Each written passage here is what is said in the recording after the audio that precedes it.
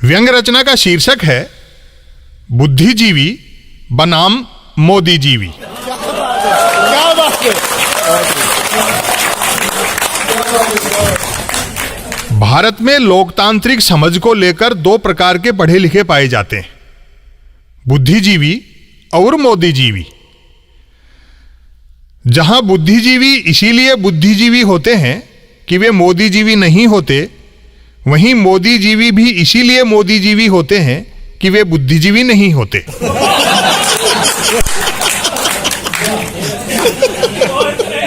जो बुद्धिजीवी नहीं होते वे भले ही मोदीजीवी न होते हों, लेकिन मोदीजीवी नहीं होते वे अवश्य ही बुद्धिजीवी होते हैं। कहा जाता है कि न तो बुद्धिजीवी कभी मोदीजीवी होते हैं और न ही मोदीजीवी कभी बुद्धिजीवी, पर यह सच नहीं है। मैंने बड़े बड़े बुद्धिजीवी मोदीजीवी होते देखे हैं।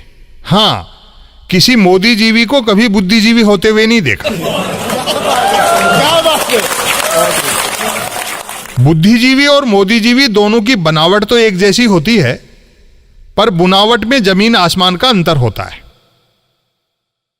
हालांकि बुद्धिजीवी हो या मोदीजीवी, मेहनती दोनों होते हैं।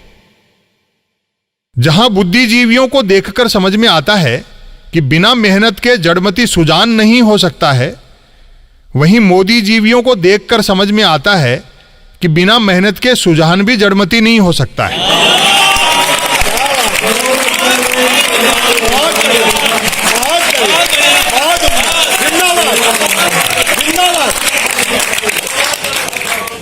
दोनों में एक बात और समान होती है। जहां बुद्धिजीवी मानते हैं कि हम बुद्धिजीवी नहीं होते तो हमारा जीवन व्यर्थ चला जाता, वहीं मोदीजीवी भी मानते हैं कि यदि हम मोदीजीवी नहीं होते तो हमारा जीवन व्यर्थ चला जाता।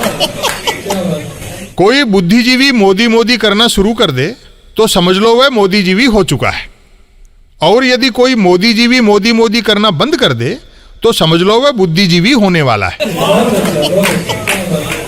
मोदीजीवी हर समय दावा करते रहते हैं कि वे मोदीजीवी हैं, जबकि बुद्धिजीवी कभी दावा नहीं करते कि वे बुद्धिजीवी हैं। यदि बुद्धिजीवी दावा करने लगे कि वे बुद्धिजीवी हैं तो फिर आप ही बताइए कि वे काहे के बुद्धिजीवी हैं।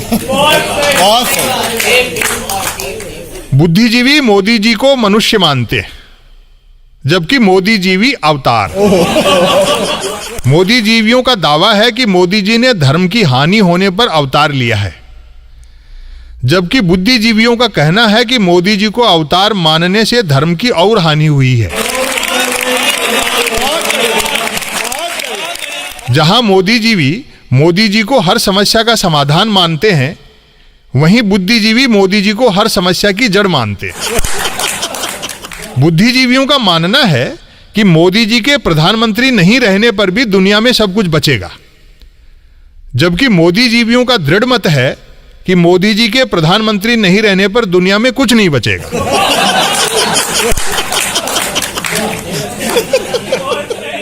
कितने ही बुद्धिजीवियों को हमने मोदीजीवी होते देखा है, लेकिन कभी अफवाह भी नहीं सुनी कि कोई एक बार मोदीजीवी बन जाने पर फिर से बुद्धिजीवी बना हो। अंत में सवाल उठता है कि किसी अपरिचित व्यक्ति को कैसे पहचाने कि वह बुद्धिजीवी है या मोदीजीवी। तो उसके लिए सीधा सा तरीका है, उसे मेरी यह व्यंग रचना सुनाएं। यदि इस व्यंग रचना को सुनकर वह फड़क जाए तो बुद्धिजीवी, और भड़क जाए तो मोदीजीवी।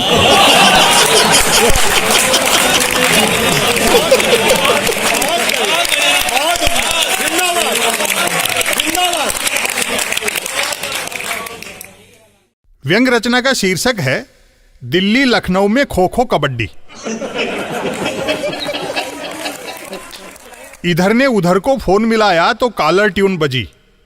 खबरदार, गुजरात मॉडल की तमाम कोशिशों के बावजूद देश में भाईचारे की भावना अभी पूरी तरह खत्म नहीं हुई है। अतः जब तक रोज दो चार विरोधियों से लड़ाई नहीं, तब तक ढिलाई नहीं। मूल मुद्दों से 100 गज की दूरी बनाकर रखें, घर में रहें या बाहर मुखौटा चढ़ाए रहें, बार बार सूचना को अफवाह और अफवाह को सूचना बताते रहें, विरोधी के प्रणाम का जवाब अंतिम प्रणाम से दें। याद रहे, हमें सच बोलने वालों से लड़ना है, सरकार से नहीं। IT सेल द्वारा अपने हित में जारी।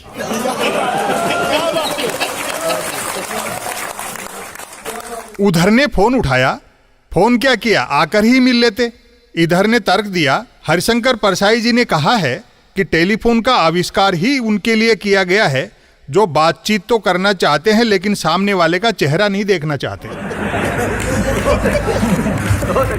उधर ने ठहाका लगाया, चेहरे ही का झगड़ा तो दिल्ली लखनऊ के बीच चल रहा है।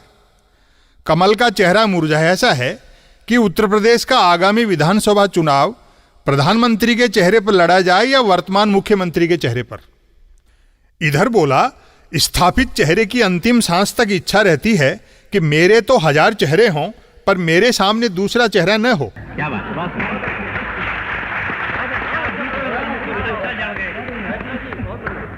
उधर ने भेद खोला, भाजपा ने मिस कॉल से मेंबरशिप देने का फंडा भी शायद इसीलिए अपनाया होगा कि पार्टी का विस्तार भी होता रहे और किसी का चेहरा भी न देखना पड़े।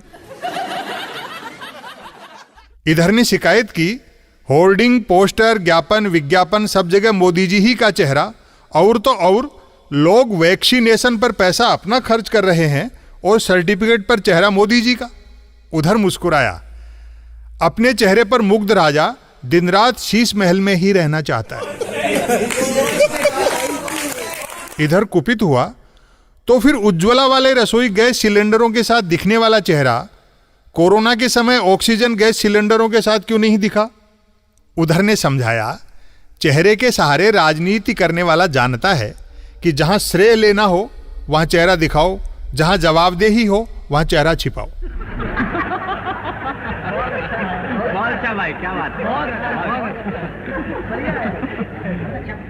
इधर ने बात बढ़ाई, मन की बात रेडियो पर करने के पीछे भी कहीं यही आशंका तो नहीं है कि चेहरा दिख जाए तो लोग चैनल बदल लेंगे। उधर बोला, जब किसी नेता का चेहरा पार्टी से बड़ा हो जाता है तो उसकी महत्वाकांक्षा रहती है कि हर पार्टी सदस्य दर्पण में अपना चेहरा देखे तो भी उस नेता ही का चेहरा दिखाई दे। इधर ने कहा, कुछ भी कहो, प्रधान सेवक अपने चेहरे को छिपाने दिखाने की टाइमिंग खूब जानते हैं, इसलिए मन की बात रेडियो पर करते हैं और पटकथा में आंसू बहाने का सीन हो तब टेलीविजन पर आते हैं।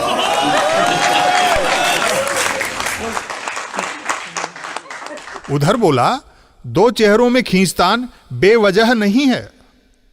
एक तरफ यह हकीकत है कि 7 साल में भाजपा ने जिस भी राज्य में किसी मुख्यमंत्री के चेहरे पर चुनाव लड़ा, चुनाव बाद वहां चेहरा दिखाने लायक नहीं बची।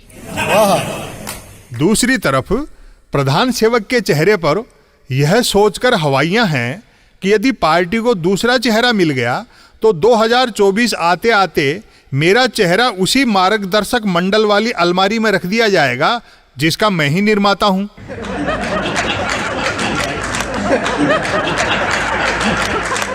इधर ने हंसते हुए पटाक्षेप किया, यदि ऐसी अघट घट गई तो प्रधान सेवक को सन्यासी से यह विनती भी करनी पड़ सकती है कि महाराज, कुर्सी तो खींच ली, अब अपना कोई कुर्ता ही भेंट कर दो।